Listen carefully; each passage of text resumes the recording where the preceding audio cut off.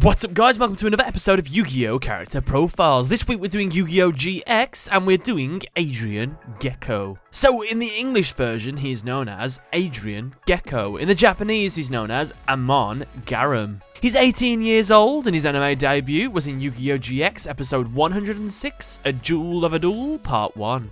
Here are his wins, here are his losses, and here's his duel score.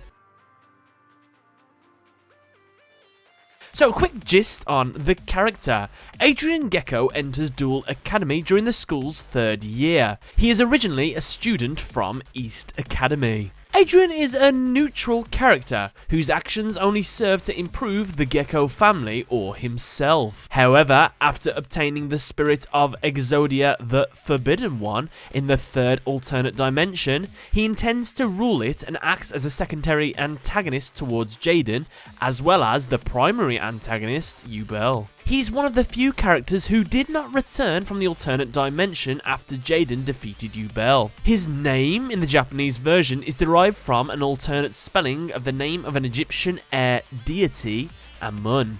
His dub name Gecko could be a reference to Gordon Gecko from the 1987 film Wall Street. This could be due to his vast riches, which kind of makes sense.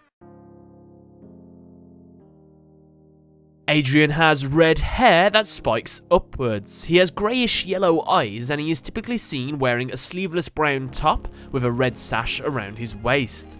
As well, he wears earrings, a necklace and bandages around his wrists. He is as well in excellent physical shape. I would go as far as to say is a little beefcake. In the dub, Adrian presents himself as somewhat of a party animal and is witty to the point where he sometimes pokes fun at the series itself, such as in episode 112. Adrian appears to be extremely loyal to his family despite his personal views as shown when he saved his brother from death, even though he would become the heir to the company.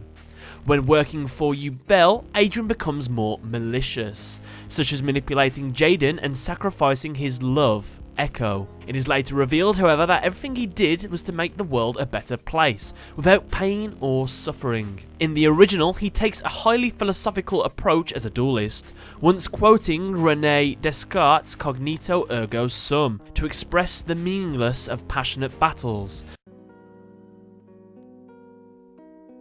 Abandoned by his parents when he was young, Adrian developed an inferiority complex that convinced him that he had nothing left to live for. He observed the sky and awaited death, but was one day adopted by the Gecko family, which had considerable influences over the world's petroleum, heavy chemical industry, and information technology. The Gecko family intended for him to become its heir, in light of the family's failure to produce a biological child to fill the position. However, when a son named Shido was finally conceived, Adrian grew jealous of his younger brother. In the Japanese version, he contemplates killing him. However, he chose to continue working diligently for his sibling's sake. In the dub, it states that he completely forgot about his vendetta during the time skip. During the 3rd year, Adrian arrives at Duel Academy, working undercover to learn about Viper's plot and secretly to acquire Yugioh's power for himself. After dueling against Chaz Princeton, Adrian infiltrates Viper's hideout, where he and Viper spar for ownership of a certain card that Viper possesses. They both reveal that they've been hitting the gym and have achieved beefcake status, and although Adrian takes the upper hand, the creature within the energy chamber restrains Adrian. Adrian later escapes the facility and finds the machine responsible for the survival dual energy absorption, but succumbs to the darkness of his heart and chooses not to shut it down. Adrian instead takes Yugioh's arm and hides. Adrian eventually reappears in the 3rd alternate dimension after the fall of the Supreme King, with his left arm imbued with a portion of Yugioh's power.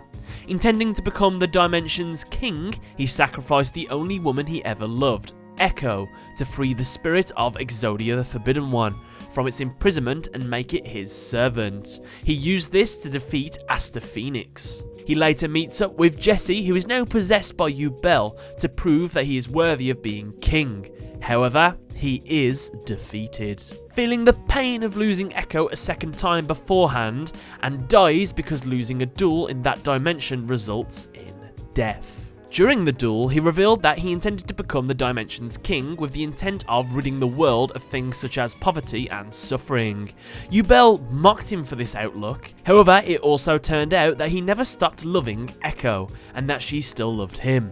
After losing, he says, "I'm sorry" to Echo, who is not actually there. He felt guilty of his actions towards her, and right before he disappears, he screams out Echo's name.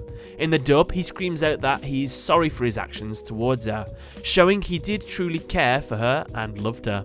Although it is later revealed that everyone who died in that world was actually trapped in yet another alternate dimension, that's like 4 I think, Adrian is one of the few who does not return after Jaden's final duel with Yugioh, as well as Zane Truesdale, Bastian Masawa, and Jaden himself. Now, Jaden and Zane do actually later return to Duel Academy, and Bastian chooses to remain in the alternate dimension with Tanya. However, Adrian's fate remains unknown. So Adrian uses a cloud deck which takes advantage of a unique set of abilities, including monster destruction via fog counters and effect damage. The summoning speed of his monsters is strengthened by Summon Cloud and Big Summon Cloud, which allow him to instantly call forth his Cloudians as long as they are in his hand. In desperation, he can also activate Wonder Cloud, removing almost all his cards from play to draw more cards. His signature card, Cloudian the Eye of the Typhoon, is capable of shifting the battle positions of all opponents' monsters the moment it strikes. The monster cards included in this deck are Cloudian the Eye of Typhoon, Cloudian Ghost Fog, Cloudian Nimbus Man, Cloudian Poison Cloud, and Cloudian Sheep Cloud.